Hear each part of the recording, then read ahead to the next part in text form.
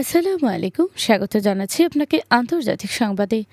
Iran ও যুক্তরাষ্ট্রের মধ্যকার চলমান উত্তেজনার মধ্যে নতুন করে কূটনৈতিক অচল অবস্থার ইঙ্গিত দিয়েছে তেহরান। ইরানের কর্মকর্তারা অভিযোগ করেছেন, যুদ্ধবন্ধ ও শান্তি আলোচনার নামে যুক্তরাষ্ট্র এমন কিছু শর্ত সামনে আনছে যেগুলোকে তারা অযৌক্তিক এবং একতরফা চাপ প্রয়োগের কৌশল হিসেবে দেখছে। ফলে মধ্যপ্রাচ্যের সামরিক যুদ্ধবিরতির আলোচনা চলেও বাস্তবে পরিস্থিতি আরও জটিল হয়ে উঠছে। ইরানের পররাষ্ট্র মন্ত্রণালয়ের ঘনিষ্ঠ সূত্রগুলো বলছে, যুক্তরাষ্ট্র মূলত এমন একটি সমঝোতা চায় যেখানে ইরানকে তাদের পারমাণবিক কর্মসূচি ব্যাপকভাবে সীমিত করতে হবে, ক্ষেপণাস্ত্র কর্মসূচিতে ছাড় দিতে হবে এবং আঞ্চলিক সামরিক প্রভাব কমাতে হবে। কিন্তু তেহরানের দাবি, এ ধরনের শর্ত কোনো সার্বভৌম রাষ্ট্রের জন্য গ্রহণযোগ্য নয়। বিশ্লেষকরা বলছেন, এই মুহূর্তে আলোচনার সবচেয়ে বড় বাধা হয়ে দাঁড়িয়েছে বিশ্বাসের সংকট। ইরান মনে করছে ওয়াশিংটন একদিকে আলোচনা চালিয়ে যাচ্ছে, অন্যদিকে সামরিক চাপ ও অর্থনৈতিক অবরোধ আরও বাড়াচ্ছে। ফলে কূটনৈতিক টেবিলে বসলেও বাস্তবে দুই দেশের অবস্থান আগের মতোই কঠোর রয়ে গেছে। সম্প্রতি ইসলামাবাদে মধ্যস্থতাকারীদের উপস্থিতিতে যে বৈঠক অনুষ্ঠিত হয়, সেখানে ইরানের প্রতিনিধি দল স্পষ্ট ভাষায় জানিয়ে দেয়, অবরোধ ও সামরিক হুমকি বহাল রেখে কোনো কার্যকর আলোচনা সম্ভব নয়। তেহরানের অভিযোগ, যুক্তরাষ্ট্র আলোচনাকে শান্তির পথ হিসেবে নয়, বরং রাজনৈতিক ও সামরিক চাপ বাড়ানোর হাতিয়ার হিসেবে ব্যবহার করছে। ইরানের একজন জ্যেষ্ঠ কর্মকর্তা আন্তর্জাতিক সংবাদ মাধ্যমকে বলেন, যুক্তরাষ্ট্র যদি সত্যি যুদ্ধ বন্ধ করতে চায়, তাহলে প্রথমে তাদের অযৌক্তিক দাবি ও সামরিক হুমকি বন্ধ করতে হবে, শান্তি চাপিয়ে দেওয়া যায় না। অন্যদিকে ওয়াশিংটন বলছে, তাদের মূল লক্ষ্য হল মধ্যপ্রাচ্যে স্থিতিশীলতা নিশ্চিত করা এবং ইরানকে পারমাণবিক অস্ত্র তৈরির সক্ষমতা অর্জনে বিরত রাখা।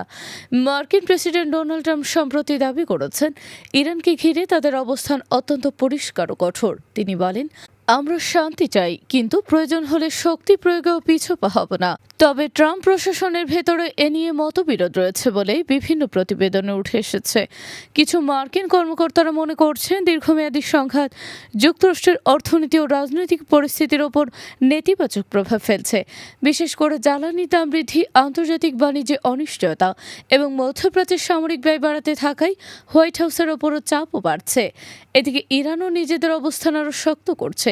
দেশটির সামরিক বাহিনী ও ইসলামিক রেভলিউশনারি গার্ড কোর অর্থাৎ IRGC ইতিমধ্যে যুদ্ধকালীন প্রস্তুতি জোরদার করেছে। হরমুজ প্রণালীতে নজরদারি বাড়ানো হয়েছে, পাশাপাশি উপসাগরীয় অঞ্চলে সামরিক মহড়াও চালানো হচ্ছে। ইরানি কর্মকর্তারা বলছেন, চাপের মুখে আত্মসমর্পণ করবে না তেহরান। বিশেষজ্ঞদের মতে, যুক্তরাষ্ট্র ও ইরানের এই টানাপোড়েন এখন আর শুধু সামরিক সংঘাত নয়, এটি ধীরে ধীরে অর্থনীতি, কূটনীতি ও ভূরাজনৈতিক প্রভাব বিস্তারের এক জটিল প্রতিযোগিতায় রূপ নিচ্ছে। মধ্যপ্রাচ্যের বিভিন্ন দেশও পরিস্থিতি নিবিড়ভাবে পর্যবেক্ষণ করছে, কারণ যে কোনো বড় ধরনের সংঘাত সরাসরি বৈশ্বিক জ্বালানি বাজারকে প্রভাবিত করতে পারে। চীন ও রাশিয়ার মতো শক্তিধর দেশগুলো ইতিমধ্যে আলোচনার মাধ্যমে সমাধানের আহ্বান জানিয়েছে। মস্কো বলছে, ইরানের বিরুদ্ধে সামরিক চাপ পরিস্থিতিকে আরও বিপজ্জনক করে তুলবে। অন্যদিকে বেইজিং সতর্ক করেছে, হরমুজ প্রণালীতে অস্থিরতা পুরো বিশ্বের অর্থনীতিকে ঝুঁকির মধ্যে ফেলতে পারে। আন্তর্জাতিক বিশ্লেষকদের মতে, বর্তমানে দুই পক্ষই প্রকাশ্যে কঠোর অবস্থানে থাকলেও পর্দার আড়ালে যোগাযোগ অব্যাহত রয়েছে। কারণ যুক্তরাষ্ট্র যেমন বড় আকারের নতুন যুদ্ধ চায় না, তেমনি ইরানও দীর্ঘস্থায়ী সামরিক সংঘাতে জড়াতে অনিচ্ছুক। তবে সমস্যা হলেও কেউ প্রথমে ছাড় দিতে প্রস্তুত নয়। একদিকে মধ্যপ্রাচ্যের সাধারণ মানুষ ক্রমেই উদ্বিগ্ন হয়ে উঠছে। যুদ্ধের আশঙ্কায় বিভিন্ন দেশে জ্বালানি মজুত, খাদ্যদ্রব্যের দাম বৃদ্ধি এবং নিরাপত্তা ব্যবস্থা জোরদার করা হয়েছে। আন্তর্জাতিক বাণিজ্যিক জাহাজ চলাচলে বাড়তি সতর্কতা নেওয়া হচ্ছে। সব মিলিয়ে পরিস্থিতি এখন এক অদ্ভুত অচল অবস্থায় দাঁড়িয়েছে। একদিকে শান্তি আলোচনার আহ্বান, অন্যদিকে সামরিক হুমকি ও শক্তি প্রদর্শন। এই দ্বৈত অবস্থার মধ্যপ্রাচ্যের সংকটকে আরও অনিশ্চিত করে তুলছে। এখন সবচেয়ে বড় প্রশ্ন হলো, যুক্তরাষ্ট্র ইরান কি শেষ পর্যন্ত সমঝোতার পথে হাঁটবে, নাকি অযৌক্তিক দাবি এবং পাল্টাপাল্টি চাপের এই লড়াই নতুন কোনো সংঘাতের দিকে নিয়ে যাবে?